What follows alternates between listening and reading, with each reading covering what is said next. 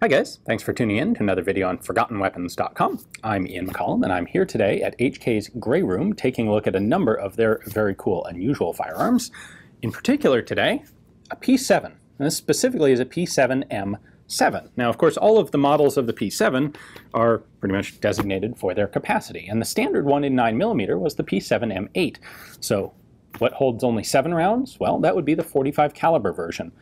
They only made 6 45 caliber P7 pistols, and as a result they are one of the scarcest of the type to find. And there are a couple interesting stories about what exactly happened with this thing. So the first and the most important one is the technical side, and that is that the standard operating mechanism of the P7 didn't really quite cut it for the 45 caliber version. So why don't we actually just dive straight in and pull the slide off this, and let me show you how this was going to work compared to a standard 9mm P7. All right, so here's our standard P7M13, and there are two unique features to the P7. One is the squeeze cocking, and the other is the gas delay system. And it's the gas delay system that we're looking at here today. So this is a piston that sits in this chamber underneath the barrel. When you fire, I don't know if you can see it here, there's a bleed hole. When you fire, gas drops or is pushed from the chamber of the pistol down into this delaying chamber, which then pushes on this piston, which pushes the slide forward, which prevents it from opening. That in 9mm parabellum delays the gun long enough to have it operate safely. Now for the 45, this was a bit of a problem. Got our 7-round magazine there.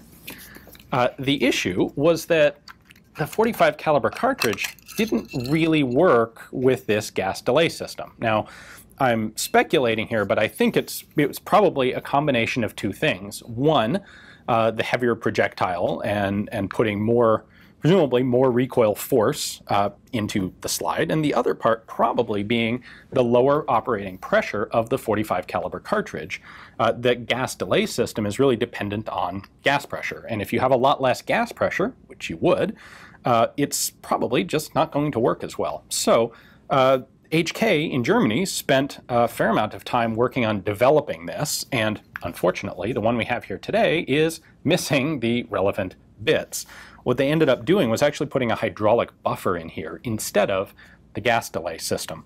This is the same system that they would use in the P7K3, which is the little lower caliber version, the 32, 380, and 22 caliber setup for the P7. So they took that hydraulic damper, basically, dropped it in, scaled it up, dropped it into the 45, and that's what allowed this to actually operate. So it is actually mechanically rather different from the standard P7 design.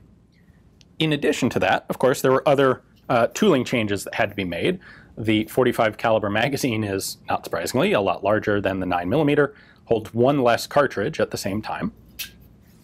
And the 45 caliber frame is also larger. Now, it's not hugely larger. If I just drop one of these on top of the other, you don't really see it. But if we look up close, when I line up the back end of the frame, you can see that the 45 caliber one is a little bit longer.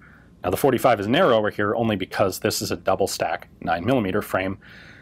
This is wider than a standard single stack 9 and longer than any of the 9mm frames. So in addition to figuring out a different operating system, HK also had to put in the tooling to make an entirely new frame for the gun.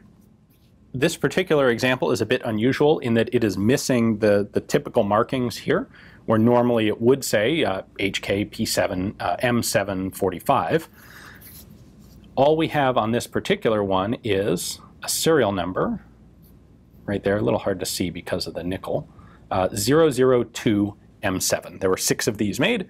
There are 001M7 through 006M7. That serial number is repeated here on the frame, and they do also have the model molded into the grips, HK P7M7. So the rest of the backstory was basically that because of the technical trouble getting this working just right, combined with the fact that HK in Germany didn't really see that there was much market for this pistol. There wasn't much demand for .45 caliber pistols in any sort of police and security force, and that's what HK was really looking to market to. Now, the counterparts in HK USA really thought that the gun would sell, but they never really got the chance to find out. There were several years of back and forth between the two branches of the company. Ultimately, apparently they were told that yes, it could be made, but it'd be like 10 grand a pistol, and so just forget it and stop bothering us about this project. So, like I said, only a total of 6 were made, either in 1983 or 85, depending on sources.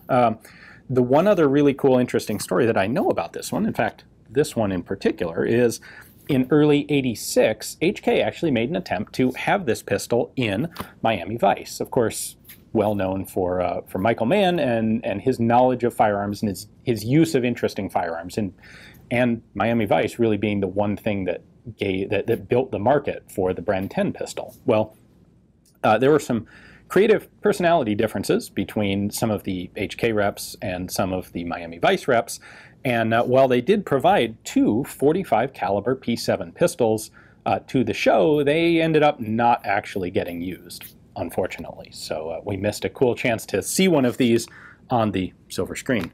But today, this is the only one remaining in the United States, and there's very little other information about it. So big thanks to HK for letting me take a look at this one and bring it to you guys. Hopefully you enjoyed the video. Thanks for watching.